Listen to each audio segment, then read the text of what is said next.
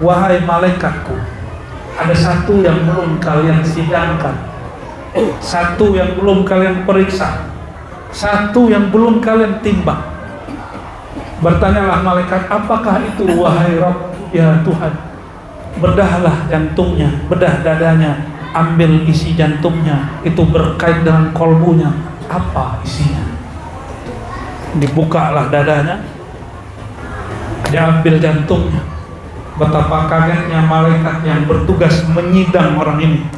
Jantungnya menyebut la ilaha illallah. Di hadis Imam Baihaqi, Allah, Allah, Allah. Maka diambillah itu kalimah, ditimbang dengan semua dosanya. Apa yang terjadi? Mereka memuji alam, tapi lupa dengan yang mengatur alam. Salawat dan salam kepada penghulu alam semesta, Nabi Muhammad sallallahu alaihi wasallam. Beliau itulah yang karenanya alam semesta ada.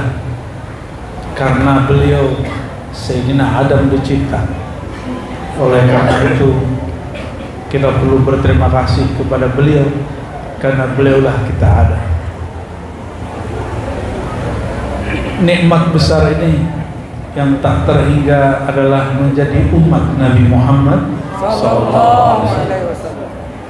Dalam hadis Imam Tabarani dan Hakim At-Tirmizi disebutkan ada 12 orang, 12 nabi berdoa ingin menjadi umat Nabi Muhammad sallallahu alaihi wasallam.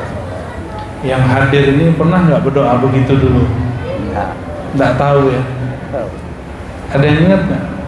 Di alam dulu, di alam kapan gitu berdoa menjadi umat Nabi Muhammad SAW? Nggak ada.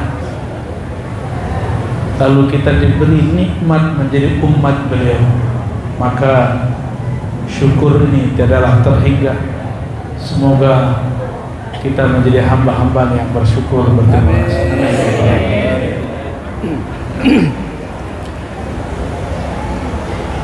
Mau tema apa Pak? Tasawuf. Tasawuf Buya. Ini yang jago Buya ini. Pak Wakil Bupati udah takut kalau ngaji tasawuf nanti aneh-aneh. Yang sehari-hari aja lah. Inilah yang perlu kita luruskan. Sehari-hari itu ternyata kita sudah bertasawuf. Jadi kita sudah bertasawuf bahkan setiap hari. Kalau bangun tidur baca doa apa? Ilazi, bukan bismika, bukan bismikallahumma ya? Oh. Bangun tidur baca apa? Alhamdulillahilladzi ahyana ba'dama amatana wa itu tasawuf pertama itu.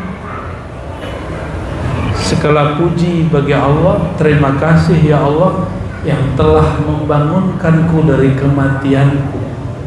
Setelah aku dimatikan, aku dihidupkan kembali. Dalam tasawuf ada namanya mati sebelum mati. Tiap malam kita begitu. Jadi nggak usah khawatir kalau ngaji tasawuf. Tasawuf itu nggak berat.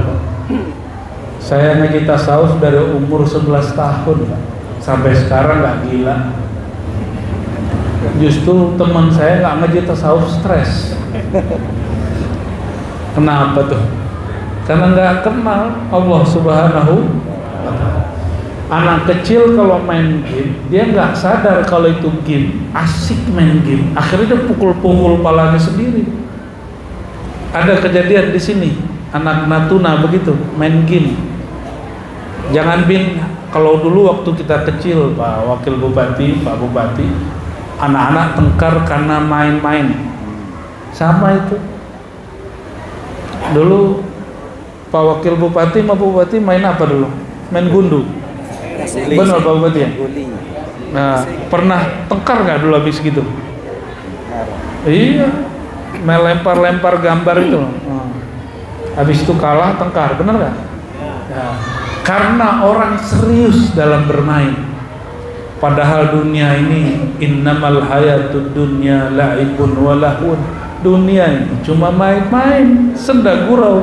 Jangan serius, bro. Ya. Allah bilang, Allah mengatakan berkali-kali di dalam Al-Quran kitab suci, dan ini tidak mungkin bohong. Ini hakiki bahwa dunia itu hakikatnya main-main. Kalau main-main harusnya terhibur dong. Lalu kenapa ada orang stres di dunia? Karena dia serius dengan dunia. Ya, ini sudah dekat tahun politik, jangan serius-serius amat ya. 2019 orang serius, benar gak? Seakan-akan beda pilihan, beda agama. Di Jakarta beda pilihan gak disolatin. Ngeri gak tuh? Sekarang mereka baru pada sadar, oh iya ya, kita joblos jadi menteri. Akhirnya baru pada ngeh, iya, ini game. Jangan terlalu serius main game. Menang dia jangan terlalu bangga, cuma game doang. Maka gamenya anak-anak, sama gamenya Pak Bupati dan Wakil Bupati beda. Ya. Jadi Bupati itu juga lagi nge-game. Makanya beliau menang kan 5 tahun kan. Ya. Dan ada yang kalah toh. Nah, caleg-caleg ada yang kalah. Itu kalah game. Tapi ada yang stres gak? Banyak. Ini survei real. Setiap kali selesai pemilu itu rumah sakit jiwa ramai, Pak. Ramai. Kenapa? Karena orang terlalu serius main game. Ya, kita doakan yang sedang main game ini, gamenya serius ini, karena banyak butuh duit. Anak-anak sekarang kalau main game butuh duit loh, Pak. Minta top up. Ada tahu nggak top up? Waduh, anak saya kalau main game minta top up nih. Kita nggak ngerti top up apaan. Biasanya kami top up tuh kalau mau masuk tol ada kartu kita isi dulu top up. Ternyata gamenya anak-anak ini sekarang pakai top up. Bapak Ibu, saudara-saudariku yang bukan Allah, dunia ini main. An-nasunia, manusia itu sekarang lagi tertidur, lagi asik dengan main-main mimpinya. Idza matu intabahu, begitu dalam hadis. Kalau mereka benar-benar sudah berpisah dari badan ini, baru mereka sadar. Intabahu, baru mereka sadar. Makanya ada satu ungkapan, mutu qabla an, matilah kamu sebelum benar-benar mati. Maksudnya sadarlah sebelum mati yang itu datang. Sadar kalau ini game. Ini game paling hebat yang Allah buat di alam semesta, bernama dunia. Dan inilah mulai dari game berumah tangga, game di sekolah, di tempat bekerja, sampai game berpolitik ya. Semoga Allah membuka mata hati kita semua. Kalau pagi-pagi nih, apa kata orang tua kepada anak? Bangun tidur, apa kata orang tua? Sholat nak, gitu ya. Sholat nak. Kalau sholat itu makanan rohani, Pak. Habis sholat disuruh mandi atau makan. Makan tuh untuk jasmani. Kalau saya makan bumbunya tidak dikasih, sarapannya enak gak? Gimana Bang? Maukah makan sesuatu yang tidak dibumbui? Enggak ya? Nasi putih aja. Atau orang sini kalau yang paling suka buat apa? Kuah sop. Ya, tapi tidak ada garamnya, mau gak? Kalau bertahun-tahun berumah tangga, istri tidak bisa masak sup, tapi juga tidak ada yang bantu masak, betah nggak makan begitu? Nggak betah ya. Tapi kok ada ya orang betah sholat tanpa bumbu? Ya, Kok betah sholat nggak ada bumbunya? Sholat tuh makanan rohani. Apa bumbunya? Bumbunya sholat supaya nikmat apa? Apa bumbu sholat? Kelezatan berbicara, menatap Allah Subhanahu wa ta'ala. Kita sebut khusyuk. Kok ada orang bertahun-tahun betah sarapan sholat tapi nggak nikmat? Kalau tadi ada orang sarapan setiap hari selama 40 tahun nggak nikmat-nikmat, kita sebut orang itu apa? T-O-L-O-L. Ya, tol. Kalau bahasa Arabnya jahilun. Betapa jahilnya manusia. Dia biarkan dirinya sholat tapi tidak menikmati rasa sholatnya. Mau nggak setiap hari menghormati sesuatu yang kita nggak kenal? Kita nggak kenal sama dia. Atau mungkinkah terjadi orang hormat kepada sesuatu yang dia tidak kenal? Gak mungkin.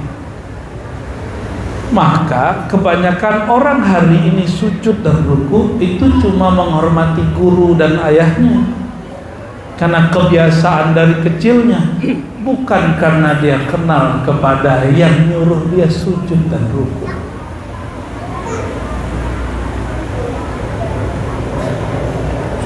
Kalau Pak Bupati dan Pak Wakil ini nyamar pakai baju kaos, orang nggak tahu, nggak ada patwal. Mungkin dicolek. Lu siapa? Kamu siapa? Ngapain main-main di sini? Dicolek-colek orang, nggak ada hormat. Mungkin kalau masuk kantor, pegawainya yang nggak pernah ketemu Pak Bupati dan Pak Wakil itu bilang, pakai baju kaos nggak boleh masuk kantor. Kamu dari mana? Nih nggak boleh pakai sendal, mesti pakai sepatu. Dia nggak tahu kalau yang mau masuk ini Pak Bupati dan Pak Wakil baru turun dari Gunung Rana. Kok bisa terjadi begitu? Karena dia nggak kenal.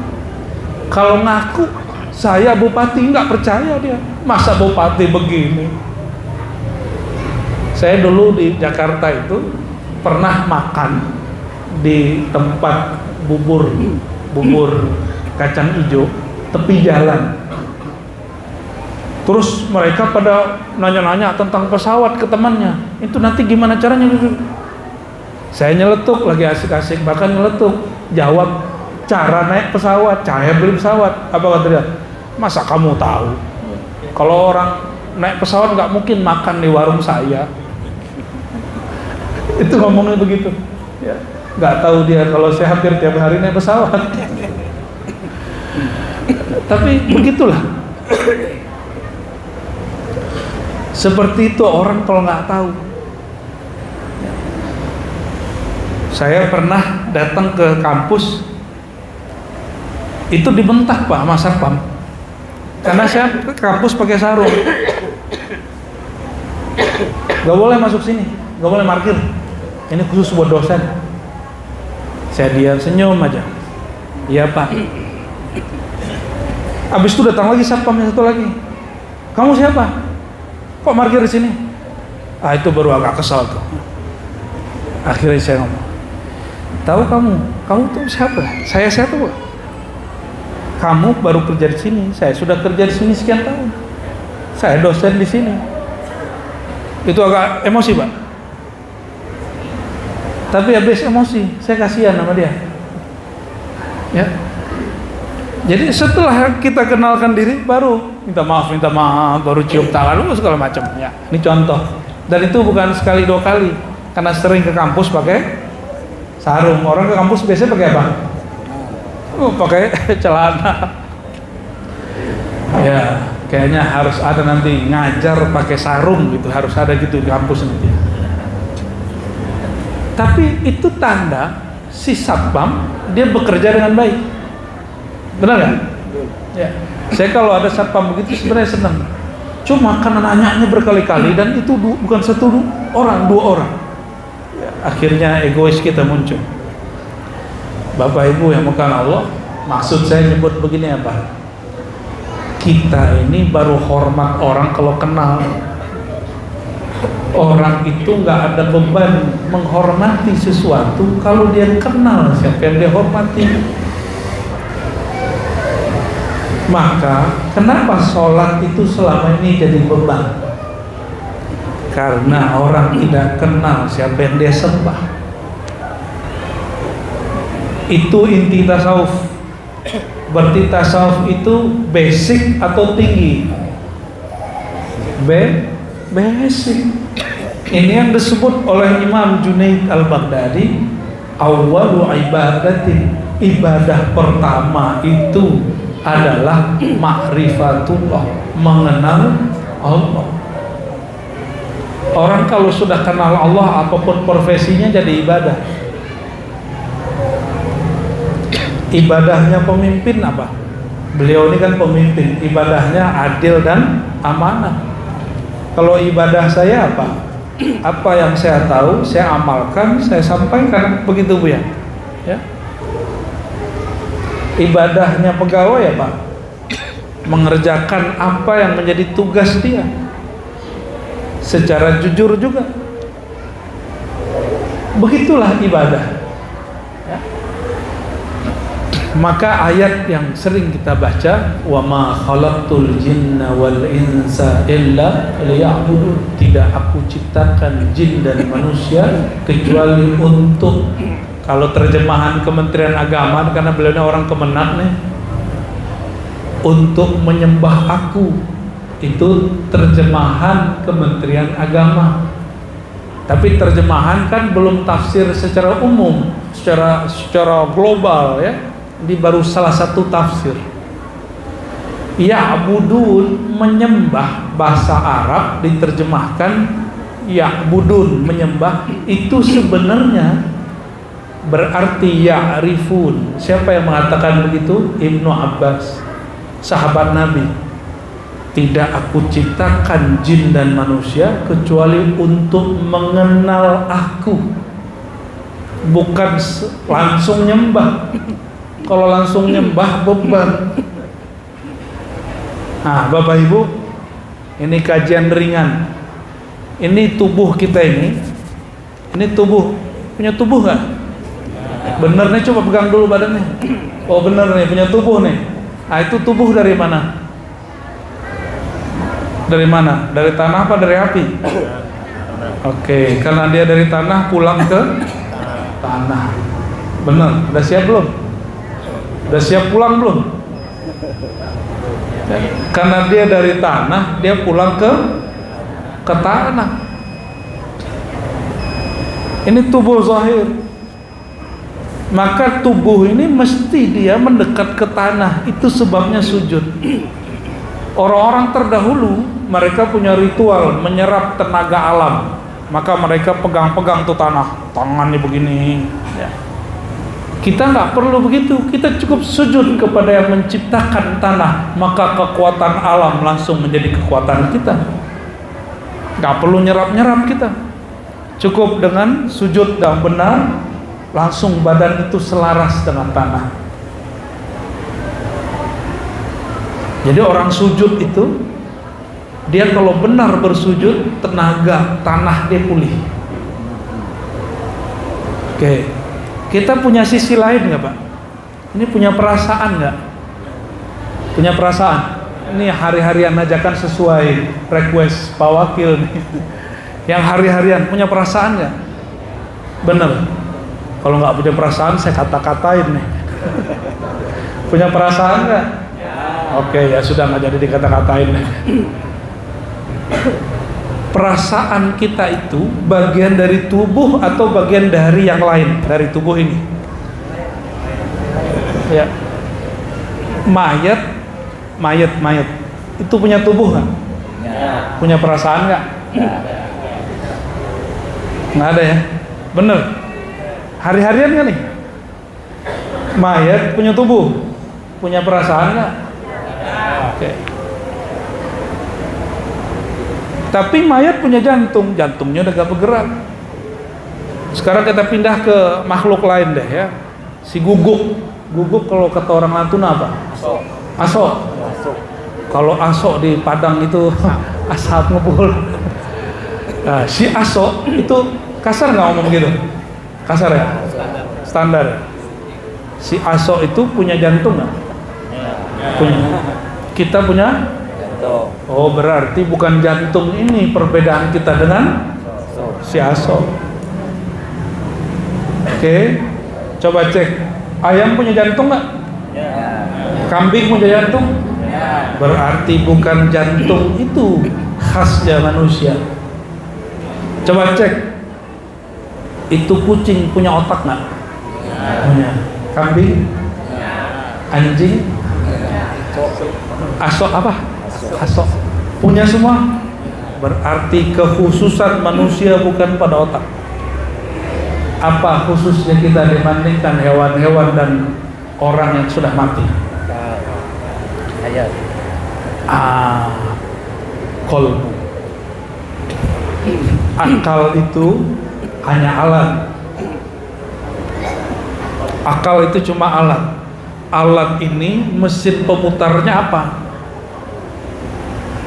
Ada yang memutarnya nafsu, ada yang memutarnya kolbu. Tergantung siapa yang memutar akal kita. Maka di Quran disebut lahum qulubun yaqiluna biha.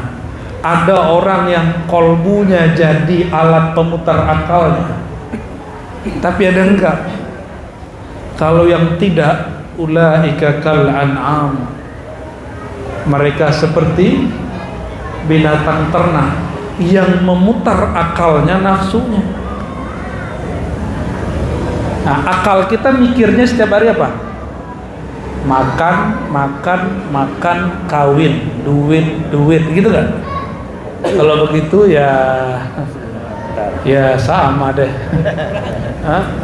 Bener, hidup untuk makan atau makan untuk hidup? Makan untuk hidup atau hidup untuk makan? Yang hidup untuk makan itu binatang ternak. Kalau makan untuk hidup, itu lain. Itu baru manusia. Tapi hari ini banyak orang ngomong begini, yang penting setiap hari bisa makan, Pak. Berarti hidup dia untuk makan. Jangan mau naik kelas. Orang kalau cuma hidup untuk makan, maka dia siap menjadi hidungnya dicolok, nanti patuh kepada tuannya walaupun yang dikerjakan tidak benar. Mau begitu ya? Tapi kalau kolbunya yang mengendalikan dia, kolbu dia yang membuat dia bisa berpikir, kolbu itu hanya menatap kepada Allah. Setiap sholat baca wajah tuh nggak? Ini hari-hari ya, wajah tuh. Aku hadapkan wajahku kepada pencipta langit dan bumi. Itu yang menghadap siapa? Tubuh ini atau kolbu? Benar. Sudah terasa belum? Sudah terasa belum? Coba berani nggak ngadep mama Pak Bupati, Pak Wakil, tapi pakaiannya nggak sopan kalau di kantor? Berani nggak? Nggak berani. Kita mah guru SD aja nggak berani. Mesti pakai sepatu rapi, pakai baju rapi, mau hadap. Karena yang ditatapnya adalah baju. Allah yang ditatapnya apa? Allah nggak natap baju. Baju itu hukum syariat. Yang ditatap Allah itu kolbu. Ya, hadisnya sahih itu. Innallaha yanzuru ila qulubikum. Allah jika menatap ke dalam kolbumu. Masih ingat dulu kalau orang dulu itu mau ketemu kekasihnya, apa namanya Pak Wakil? Mau ketemu ngapel. Nggak ada bahasa lain. Mandoy. Mandoy. Oke, bahasa sini ya. Katanya Melayu sini lebih unik ya. Hah? Mendiai. Oh, aduh. Apabila Bapak ini tuan puan ini mau mendiai. Karena yang ditatap itu wajahnya dibersihkan, benar nggak? Kalau ibu-ibu wajahnya dicat dulu, pakai dibedak. Kalau bapak-bapak ini kumisnya dibersihkan. Jika si Yayang nggak suka sama bulu-bulu, semua bulunya dicukur. Kayaknya istrinya begitu nih. Saya nih awal-awal punya jenggot, kata istri, kamu kayak kambing. Terus kenapa kamu nikah dengan yang kayak kambing? Lama-lama saya potong lah. Apa kata dia? Kok kamu lebih muda dari aku?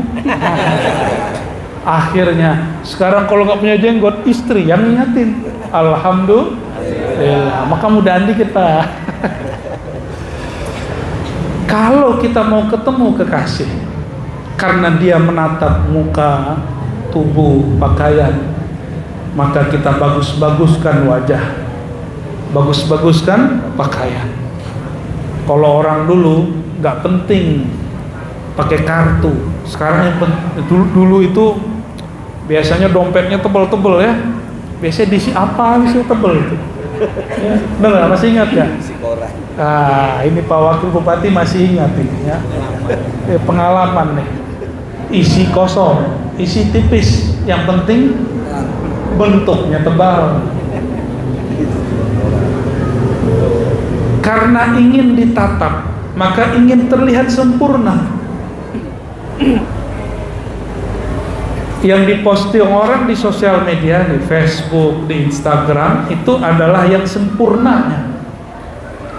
Dia tidak menampilkan yang tidak sempurna. Kenapa? Karena ingin ditatap. Sholat itu menatap, Pak. Wajah itu wajahnya. Ini hari-harian nih. Masa ada orang tiap hari ngomong apa saja, terus dia nggak ngerti? Kira-kira kalau ada orang bicara sesuatu tiap hari yang dia nggak ngerti, itu orang apa namanya? Orang gila. Jadi yang gila itu yang belajar tasawuf atau yang nggak belajar tasawuf? Kalau belajar tasawuf nggak mesti bisa bahasa Arab, karena Allah bisa semua bahasa. Cukup yang mampu bahasa Arab, yang santri, yang ulama, yang kiai. Kami yang dari pesantren perlu bahasa Arab, karena tugas kami membaca kitab-kitab suci. Betul Bu ya? Coba bapak-bapak ini nggak semuanya belajar pesantren. Lalu saya bilang, cara khusyuk itu engkau mesti bisa bahasa Arab. Stres semua. Kalau begitu Abu Jahal, Abu Lahab lebih khusyuk. Betul nggak? Kenapa Abu Jahal, Abu Lahab masih kafir? Berarti tidak syarat orang mengerti yang disembahnya pakai bahasa, nggak mesti. Allah yang menciptakan bahasa, termasuk bahasa orang Natuna ya. Yang bahasanya sampai sekarang saya belum paham juga. Ya maklum, belum sehari sampai di sini. Tapi bahasa kolbu sama semua. Bahasa kolbu sama semua. Karena Allah menatap ke dalam kolbu, maka jika hendak menghadap kepada Allah, bersihkan kolbunya. Berani nggak? Apa tadi Pak? Mendai ya Pak? Mendai. Berani nggak mendai tapi nggak mandi? Hah? Nggak berani ya? Mau nambah lagi Pak? Nanti di demo yang di belakang. Beranikah ketemu kekasih, baju kita baju kemarin yang masih bau? Nggak berani. Beranikah handphone kita dibuka kekasih, di dalamnya ada foto yang lain? Paham maksudnya? Kalau ketemu gimana? Bisa perang dunia ke-10, bukan ke-3 lagi. sang kekasih melihat ada wajah perempuan lain atau laki-laki lain di dalam handphonenya. Kalau orang zaman dulu foto di dompet, benar nggak? Sekarang nggak level. Sekarang foto udah masuk. Tapi ahli kolbu, kekasih, wajah kekasihnya masuk ke dalam kolbu. Maka saya itu nggak seneng difoto, Pak. Walaupun orang suka minta foto, saya sendiri jarang foto sendiri, itu jarang. Karena bagi saya cukup hati saja yang tahu. Ya. Oke, Allah tatap isi kolbu. Ternyata di kolbu ada gambar yang lain, ada tujuan yang lain. Allah cemburu kan? Ini ilmu-ilmu standar nih. Katanya ngaku wajah tuh, aku hadapkan wajahku kepada pencipta langit dan bumi. Ternyata saat menghadap, kolbunya ada wajah yang lain, ada niat yang lain. Berani menghadap, pasti di-delete dulu, dihapus dulu. Jika di handphonenya ada WA dari sang kekasih yang lain, pasti dihapus dulu, Pak. Bener ya? Kalau punya. Ini Buya Budi yang pengalaman ini. Ada WA dari jamaah cantik, ya, istri tahu, dihapus dulu sebelum masuk rumah. Betul gak? Oh, ini pengalaman. Waduh, bisa-bisa pulang tengkar ini. Supaya apa? Supaya yang di rumah tidak marah, supaya tidak ketahuan. Delete-nya permanen. Sama jika mau menghadap kepada sang kekasih sejati. Jadi kekasih kita yang di rumah itu nggak abadi. Dia hanya diberi dipercikan sedikit kekasih, rasa cintanya Allah. Makanya perempuan, laki-laki itu punya cemburu. Itu cemburunya Allah yang dipinjamkan. Maka nggak ada cinta sejati itu suami istri, nggak ada. Pasti nanti salah satunya mati duluan atau mati sama-sama, kuburnya tetap pisah. Ditanya mungkar nakirnya nggak bareng-barengan, sendiri-sendiri. Dek, ntar kalau aku mati kamu ikut ya. Mau nggak istrinya? Nggak mau nih. Paling suaminya bilang apa? Istrinya bilang apa? Nunggu iddah saya cari laki baru. Bapak Ibu Saudara yang makan Allah, jika hendak menghadap Allah, gambar-gambar selain Allah di kolbu mesti dihapus. Kalau enggak, Allah nanti marah. Ini rumah Allah. Di rumahnya sudah ada tempat ibadah belum? Mungkin pojok, samping tempat tidur, sudah ada. Jadikan itu masjid mihrab kita di rumah. Kalau mau masuk di situ, bersihkan badan, bersihkan kolbu. Latihan di sana, baru pergi ke masjid. Bersihkan dulu hati di sana, baru masuk masjid.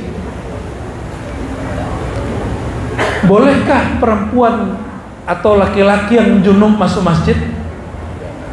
Tak boleh. Junubnya kolbu kalau dia sedang asik mencintai selain Allah. Maka orang yang junub tidak akan diizinkan masuk ke rumah Baitullah, yaitu kolbu. Kolbul mu'min Baitullah. Kolbunya orang beriman itu Baitullah. Ini masjid nih ya, benar masjid, bukan gereja toh. Tapi sudah pernah belum melihat masjid bentuk-bentuk gereja? Sudah pernah. Berarti yang penting itu bukan kubahnya, yang penting itu kolbu yang zikir di dalam masjid. Benar. Kolbu yang berzikir dalam masjid, sehingga disebut masjid itu masjid tempat sujud karena kolbu sujud di dalamnya. Ini kubahnya 100 tapi nggak ada orang zikir di sini. Masjid atau candi atau museum. Jangan-jangan ini museum. Maka jamaah yang makan Allah, sebelum menghadap Allah, kenapa disyariatkan berwudu? Wudu itu tidak hanya membersihkan diri dari hadas, Tapi yang paling penting adalah membersihkan kolbu dari gambar-gambaran selain Allah Subhanahu wa ta'ala. Itulah rahasianya kenapa wudhu tidak sempurna jika yang berwudhu tidak menyebut nama Allah di dalam kolbunya. La wudhu liman lam yadhkur ismallah. Tidak sempurna wudhu seseorang jika dia tidak menyebut nama Allah, jika dia tidak berzikir di dalamnya padanya. Jadi nanti kalau wudhu nggak usah mikirin yang lain, cukup zikir, ya. Nggak usah lama-lama juga wudhunya, sekali, 2 kali, 3 kali, nggak usah lebih. Nah, di saat berwudhu tidak hanya yang dibersihkan wajah, iktikadkan sedang membersihkan wajah, kolbu ini kalau tidak kenal Allah maka dia cari muka kepada makhluk, maka dia niat. Disinilah muncul orang ingin cari muka. Cari muka itu bahasa Arabnya apa? Cari perhatian, ya. Nah, bentuk amalnya riya. Riya itu ru'yatul amal, melihat diri kita beramal di depan orang. Itu riya. Mempamerkannya itu disebut dengan sum'ah. Jadi ibadah ke masjid supaya dilihat orang. Datang ke masjid, ke pengajian karena nggak enakan sama pengurus, sama teman, sama Pak Bupati, Wakil Bupati. Oh, kalau kemarin saya baru habis ngisi di daerah Depok, tapi bukan di kotanya, di kampung-kampung. Sebelum kita naik, saya nyesal juga datang lebih cepat. Itu caleg-caleg semua naik dan mereka berlomba-lomba. Kenalkah Tuan dengan saya caleg partai ini. Kenalkah Tuan dengan saya caleg partai ini. Mohon doa restunya. Ada yang elegan dikit, ya, dia panggil anak-anak, terus dia kasih game. Habis itu dia kasih duit, ya. Tunggu saya sampai 2024. Macam-macam, ya. Jadi macam-macam cara orang. Ternyata di wilayah tempat saya ceramah itu, caleg-caleg diberi kesempatan untuk kampanye gratis. Ya, seharusnya mereka tunduk sama ustadz, karena yang membuat daya tarik jamaah ramai itu siapa? Ustadznya. Tapi betapa kurang ajarnya caleg itu. Selesai dia naik, majelis dia tinggal, dia nggak ngaji. Saya doakan mereka tidak terpilih.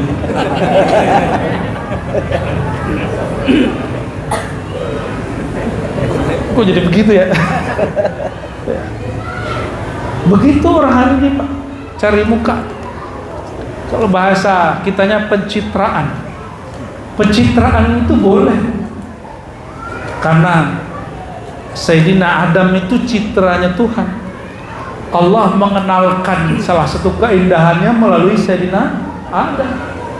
Bahkan Sayyidina Muhammad itu adalah mazhar wujudillah, adalah cara Allah mengenalkan dirinya kepada alam itu lewat Nabi Muhammad SAW. Kita ini nggak ada yang melihat Allah toh, nggak ada. Ada yang pernah lihat Allah nggak di dunia ini? Kan nggak ada. Ada yang aku lihat Allah, saya tanya, emang yang kamu lihat kayak gimana? Kamu pejam mata, Rozi, rasakan ada warna hitam. Saya pejamlah mata. Betul gelap. Apa kata dia?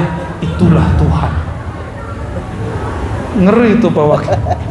Nggak tahu dia ngaji di mana lah ini orang ini. Ya. Kok mengatakan Tuhan itu hitam? Ternyata nggak lama habis itu kejadian aneh-aneh, ya. Bapak Ibu Saudara Saudari yang bukan Allah, inti kajian malam ini sederhana aja. Inilah yang disebut di hadis Imam Tirmizi, kita ini gak ada yang bersih dari dosa. Nanti di akhirat ada orang dihisab. Kalau dihisab itu berarti diperiksa oleh malaikat yang bertugas seperti malaikat penyidik, kayak orang penyidik di sini. Lalu disidangkan. ada hisab, ada mizan, disidangkan. Hasilnya keluarlah laporan, semua daftar keburukan, mulai dari ujung rambut sampai ujung kaki ada maksiatnya. Selesai disidang, ternyata sidang itu berkali-kali, nggak hanya di sini, ada sidang dalam sidang, ada sidang setelah sidang, ada orang naik banding. Nanti di sana juga sama. Ketika sudah putus persidangan bahwa orang ini pendosa dari ujung rambutnya sampai ujung kakinya dosa, maka malaikat azab tarik dia. Hadis Imam Tirmizi, ditariklah dia. Tiba-tiba Allah Zul Jalal wal Ikram yang selalu menatap ke dalam kolbu mengeluarkan titah, wahai malaikatku, ada satu yang belum kalian sidangkan, satu yang belum kalian periksa, satu yang belum kalian timbang. Bertanyalah malaikat, apakah itu wahai Rabb, ya Tuhan? Bedahlah jantungnya, bedah dadanya, ambil isi jantungnya, itu berkait dengan kolbunya, apa isinya? Dibukalah dadanya, diambil jantungnya. Betapa kagetnya malaikat yang bertugas menyidang orang ini. Jantungnya menyebut la ilaha illallah. Di hadis Imam Baihaqi, Allah, Allah, Allah. Maka diambillah itu kalimah, ditimbang dengan semua dosanya. Apa yang terjadi? Kalimah la ilaha illallah dan Allah, Allah, Allah itu lebih berat dari semua dosanya. Akhirnya malaikat azab melepaskan rantai nerakanya dan diserahkan ke malaikat rahmat. Ini kamu yang urus. Ternyata dia kekasih Allah, tapi menzahirkan sesuatu yang tidak biasa. Batin dia bersama Allah, tapi zahir dia seakan-akan bukan kekasih Allah.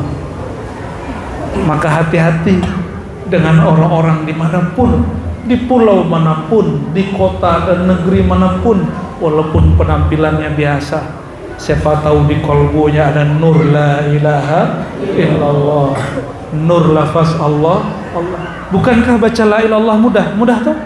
Coba baca la ilaha. Yang beda orang ini bacanya dengan kolbu, orang ini bacanya dengan kolbu.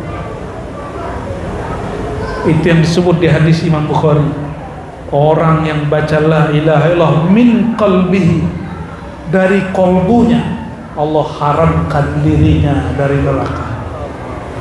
Karena kolbu berkait dengan jantung, jantung berkait dengan seluruh tubuh, berarti darah dia semuanya sudah terkena lafaz Allahu Allah, la ilaha. Neraka mau bakar gak berani. Kenapa? Karena darahnya bau kalimah la ilaha illallah. Seandainya malaikat azab bawa dia masuk neraka, itu neraka api gak bisa bakar, malah menyusahkan malaikat di neraka. Dan itu ada Pak nanti. Kalau Bapak Ibu ini nggak percaya, masuk neraka duluan ya. Insya Allah nanti itu terjadi ya. Nanti orang kalau nggak percaya, akan ada 1-2 hamba Allah yang disiksa. Api setiap kali mendekat, apinya padam. Api setiap kali membakar, apinya padam. Ternyata di dalam tubuh orang ini berdiri kalimah Allahu Allah. Bapak Ibu yang bukan Allah, inilah oleh-oleh pada malam ini. Mari pelajari cara membaca nama Allah di dalam Quran. Di sini banyak guru-guru, kiai-kiai yang mereka punya sanad keilmuan zikir tentang ini, ambil dari mereka. Ya, nggak usah jauh-jauh ke Jakarta sama ke Padang. Ya, cari dari orang yang ahli di dekat sini, supaya tidak susah-susah berguru. Ya. Adapun kajian-kajian yang ada di YouTube itu cukup sebagai motivasi. Ilmunya ambil dari ahlinya, dan tidak ada pulau kecuali ada ahli zikir di situ. Tiada negeri kecuali ada wali Allah di situ. Saya yakin itu hakul yakin.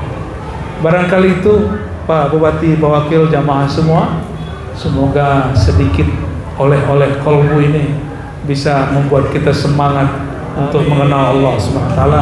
Amin ya rabbal alamin. Wa sallallahu ala sayyidina Muhammad. Subhanakallahumma wa bihamdika asyhadu an la ilaha illa anta astaghfiruka wa atubu ilaik. Assalamualaikum warahmatullahi wabarakatuh.